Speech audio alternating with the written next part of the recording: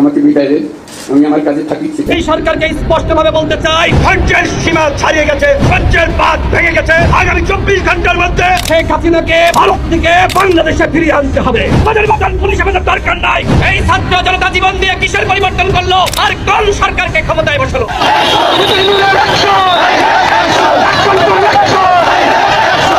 দেশের অরাজকতা বিশৃঙ্খলা দূর করতে আবারও প্রয়োজন শেখ হাসিনাকে। ধৈর্যের সীমা ছাড়িয়ে গেছে, ধৈর্যের বাঁধ ভেঙে গেছে। ডক্টর ইউনূস ব্যর্থ সরকার, তাকে দিয়ে দেশ চালানো সম্ভব না। একটি ভিডিওতে এমনই মন্তব্য করে গণ অধিকার পরিষদের চেয়ারম্যান বিপিনুর। আমিন ফারুক ভাই, মানে আপনি কথাটা কি বলছেন? আমি বিষয়টা বুঝতেই পারলাম না। না, আগে একটু শুনি আমরা, মানে কি বলতে চাই তিনি? কি এটা বুঝাইলেন যে ডক্টর ইউনূস রূপে কি মানে লীগ ফিরে আসছে, তিনি কি ইউনূস লীগ বুঝাইলেন? মানে কথাটা কি? চলুন আগে শুনি।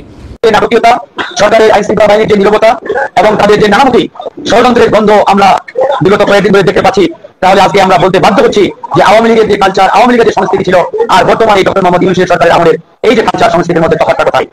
তবে নতুন বছরে দলটি আবারও মাঠের রাজনীতিতে সক্রিয় হতে যাচ্ছে। আসসালামু আলাইকুম সম্মানিত দর্শক মণ্ডলী, দেশ ও প্রবাস থেকে, কাছে ও দূরে, দেশের দূর দূরান্ত থেকে যারাই ঠিক এই মুহূর্তে আমার এই ভিডিওটি দেখছেন, সকলকে জানাই আন্তরিক শুভেচ্ছা ও অভিনন্দন।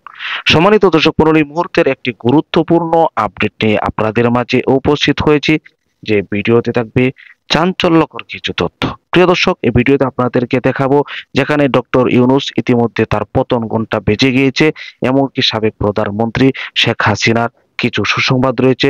বিস্তারিত তথ্যগুলো ভিডিওতে আপনাদেরকে দেখাবো।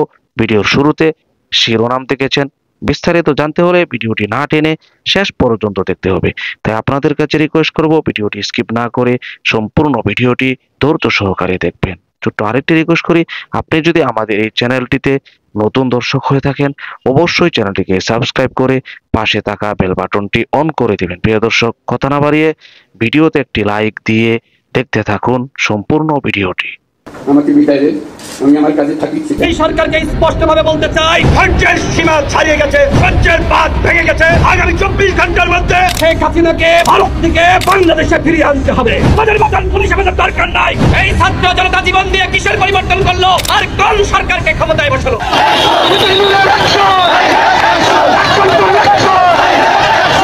দেশের অরাজকতা বিশৃঙ্খলা দূর করতে আবারও প্রয়োজন শেখ হাসিনাকে। ধৈর্যের সীমা ছাড়িয়ে গেছে, ধৈর্যের বাঁধ ভেঙে গেছে। ডক্টর ইউনূস ব্যর্থ সরকার, তাকে দিয়ে দেশ চালানো সম্ভব না। একটি ভিডিওতে এমনই মন্তব্য করে গণ অধিকার পরিষদের চেয়ারম্যান বিপিনুর। আজ সকাল থেকে রাজপথ উত্তাল করে কঠোর কর্মসূচির ঘোষণা দিয়েছে বিপিনুরের অনুসারীরা। বর্তমানে ডক্টর ইউনূস চিন্তিত এবং পালানোর পথ খুঁজছে, এমনটাই ধারণা করছে দেশের রাজনৈতিকবিদরা। এদিকে দেশের এই চরম পরিস্থিতিতে সমন্বয়ক ও ছাত্রদের নিয়ে জরুরি সংবাদ সম্মেলন করে দেশ ছাড়ার ঘোষণা দিলেন ডক্টর ইউনূস। এ বিষয়ে বিস্তারিত। দেশবাসীর কাছে আমার আবেদন, এটা যদি আমি করতে না পারি, এটা আমার কথা যদি না শোনেন আপনারা, তাহলে আমার প্রয়োজন এখানে নাই। আমাকে বিদায় দেন, আমি আমার কাজে থাকি, সেখানে আমি ব্যস্ত থাকি। যদি আমাকে প্রয়োজন মনে করেন, তাহলে আমাকে প্রয়োজন মনে করলে আমাকে দেখাতে হবে যে আমার কথা আপনারা শোনেন। আমার কথা না শুনলে আমার কোনো প্রয়োজন নেই। আমার প্রথম কথা হলো, আপনারা বিশৃঙ্খলা থেকে দেশকে রক্ষা করেন, আপনারা সহিংসতা থেকে দেশকে রক্ষা করেন, যাতে আমরা যা যা আমাদের ছাত্ররা আমাদেরকে পথ দেখায়, সেই পথে আমরা এগিয়ে যেতে পারি। এটা একটা খুব সুন্দর দেশ হতে পারে, বাংলাদেশ একটা খুব সুন্দর দেশের সম্ভাবনা হয়ে যাবে। এই সম্ভাবনাগুলোকে আমরা নষ্ট করে দিয়েছি। এখন আবার সেই বীজতলা আবার তৈরি করতে হবে, আবার আমাদেরকে জেগে উঠতে হবে। তারাই এই বীজতলা তৈরি করবে, তাদের হাত দিয়েই হবে, এবং তাদের দিকে আমরা তাকাবো এবং আমরা তাদের নির্দেশ মতে আমরা অগ্রসর হবো। এখানে সরকারি কর্মকর্তা কর্মচারী যারা আছেন, সেনাবাহিনী, বিমান বাহিনী, নৌবাহিনী প্রধানরা যারা আছেন, তাদের প্রতি অনুরোধ। আর কত ধৈর্য ধরবে বলেন? বাংলাদেশের মানুষ আর কত ধৈর্য ধরবে বলেন? আপনি ধৈর্য ধরতে বলতেছেন, আর কত ধৈর্য ধরবে মানুষ? মানুষ না খেয়ে মরে গেলে ধৈর্য ধরবে? একে একে সবাইকে পিটিয়ে মারবেন, দখলবাজিতা করবেন।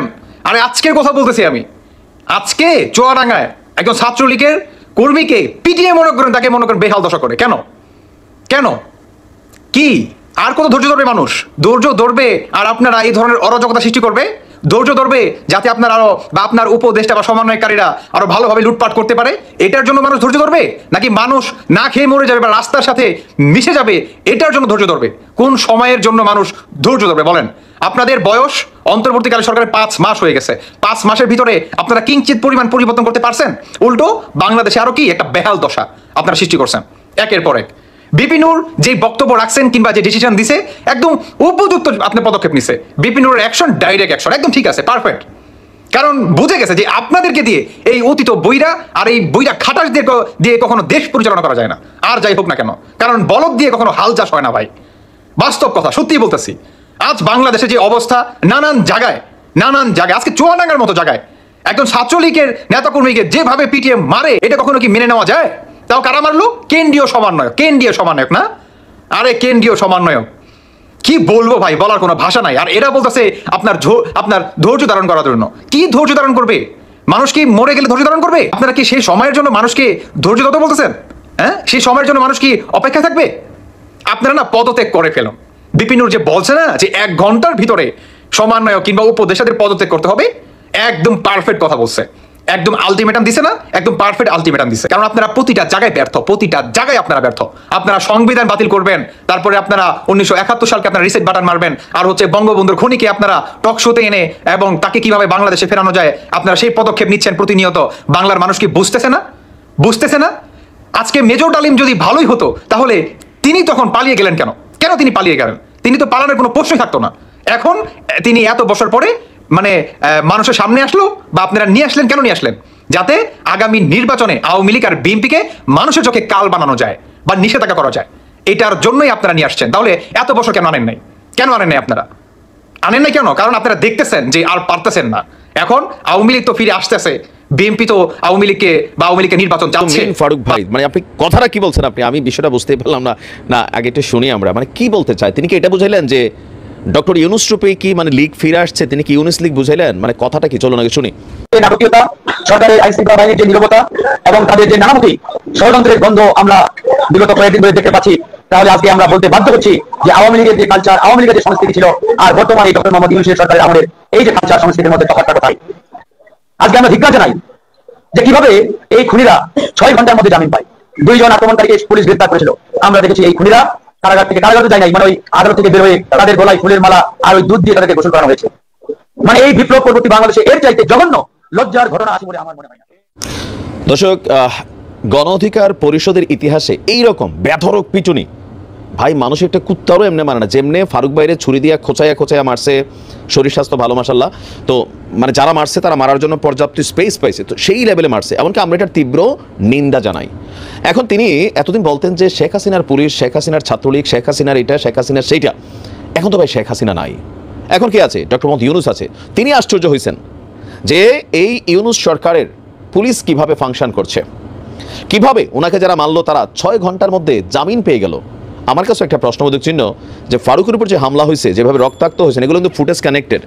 তারপরে অপরাধীরা গণ অধিকার পরিষদের চাপে গ্রেপ্তার হইলো, 6 ঘন্টার মধ্যে আসলে কীভাবে জামিন হলো? তার মানে কি হ্যালো, তিনি দাবি করছেন যে আগে এরকম জামিনগুলো কিভাবে হইতো, যে শেখ হাসিনার বাসভবন থেকে একটা জজদের কাছে একটা মেসেজ যাইতো, জজরা অসহায় ছিলেন, যখনই শুনতো ছাত্রলীগ বা অমুক লীগ বা তমুক লীগ, তখন জজরা সেখানে রায়ের বেলায় তারা তাদের নিজস্ব মতামত বা যেটা রায় দেওয়া সেটা দিতে পারতেন না, এটা সেটেল থাকতো।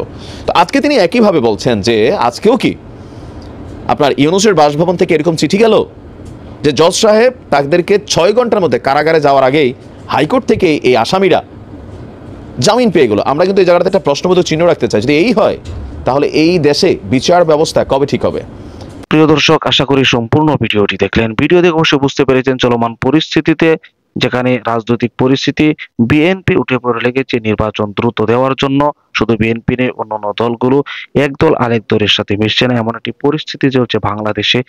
আর অপরদিকে রয়েছে বিশৃঙ্খলা বিভিন্ন জায়গায় বিরাজমান, এখন পর্যন্ত কোনো নিয়ন্ত্রণে আসছে না।